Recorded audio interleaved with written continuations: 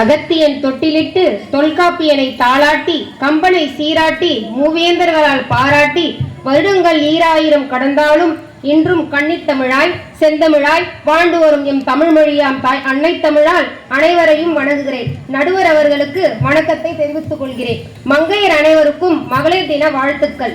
நிமிர்ந்த நன்னடையும் நேர்கொண்ட பார்வையும் நிலத்தில் யாருக்கும் அஞ்சாத நெறிகளும் திமிர்ந்த ஞான செருக்கும் இருப்பதால் செம்மை மாதவர் திரம்புவது இல்லையா என்றார் முண்டாசு கவிஞர். உரைக்க ஒழித்து பின்வரும் பாடல் வரிகளில் உரைக்கவும் உரைத்துள்ளார்.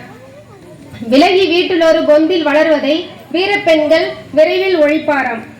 இப்படி நாம் ரைமிங்கா சொல்லலாங்க. நடுவர் அவர்களே, நம் நாட்டில் 60 கோடி பெண்கள் உள்ளனர். அதில் வெறும் 60 பெண்கள் மட்டுமே பட்டியல் போட்டு நாம் சுதந்திரம் அடைந்து விட்டோம் என்று கூறிக்கொள்கிறோம். மீதி பெண்களின் நிலை? நாம் ஒரு செயலை செய்யும் பொழுது அதில் எந்த ஒரு தடையும் இல்லாமல் நம்மால் செய்ய முடிகிறதா? நம் இலக்கை நோக்கி செல்லும் பொழுது கணவருக்கு தாழ்வு மனப்பான்மை வந்து விடுமோ? பிள்ளைகள் அம்மா என்னை நான் ரொம்ப மிஸ் பண்றேன் என்று பிள்ளைகள் வாடி விடுவார்களோ?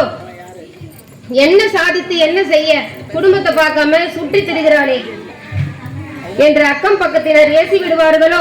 இந்த பதைப்பதைப்பு இதயத்தின் ஒரு ஓரமாக இருந்தால் கூட சுதந்திரம் அடையவில்லை என்றே அர்த்தம். நடுவர் அவர்களே, இந்த சமுதாயத்தின் பெண் சுதந்திரம் நிலை இதுதான். நியாயமான உணர்வை நாங்கள் அழுத்தமாக எங்கள் கருத்தினை பேசும் பொழுது கூட இதையெல்லாம் உன் வேலையோடு நிறுத்திக்கொள் அப்படி சொல்லும் பொழுது நாங்கள் என்ன சொல்ல வந்தோம் என்ற வார்த்தையை அப்படியே முழுங்கி விடுகின்றோம். இது உண்மையா இல்லையா? நாங்கள் கரைத்து வைத்த மாவு கூட மறுநாள் பொங்கி விடுகின்றது. ஆனால் எங்கள் மனதிற்குள் வைத்து புழுங்கி சாகின்றோம். இதில் எங்கு உள்ளது பெண் சுதந்திரம்? உலகத்திலேயே அதிக சம்பளம் வாங்குகிற பெண்மணி இந்திரா நூயின் பற்றிய நாம் கொடியை தூக்கி பிடிக்கின்றோமே. ஆனால் அவர்கள் கூறியது, நடுவர் அவர்களே, நான் மிக சிறந்த தலைவியாக இருந்திருக்கிறேன், ஆனால் என் பிள்ளைகளுக்கு சிறந்த தாயாக என்னால் இருக்க முடியவில்லை என்ற குற்ற உணர்ச்சியை தான் பதிவு செய்கிறார். ஒரு பெண் பயமின்றி எந்த குற்ற உணர்வுமின்றி இந்த சமுதாயத்தில் மகிழ்ச்சியாக இருப்பதே பெண் சுதந்திரம். பட்டம் பதவி எல்லாம் வீட்டுக்கு வெளியே வரும்போதே செருப்பை கழட்டி விட்டு வைப்பது போல் வா என்று சொல்லும் பொழுது வரும் பாருங்க ஒரு வழி. அப்புறம் எங்கங்க பெண் சுதந்திரம்?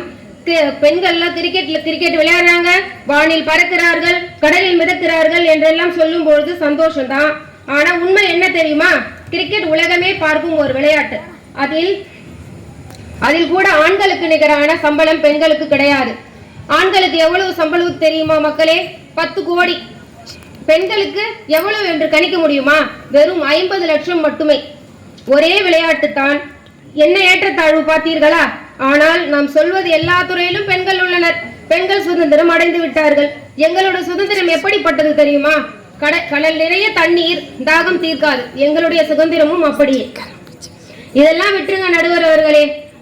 பாலியல் வன்கொடுமை பிறந்த குழந்தைகள் முதல் வயதான முதியவர்கள் வரை எங்கு பாதுகாப்பே இல்ல. எங்க இருக்கு இதுல சுதந்திரம்?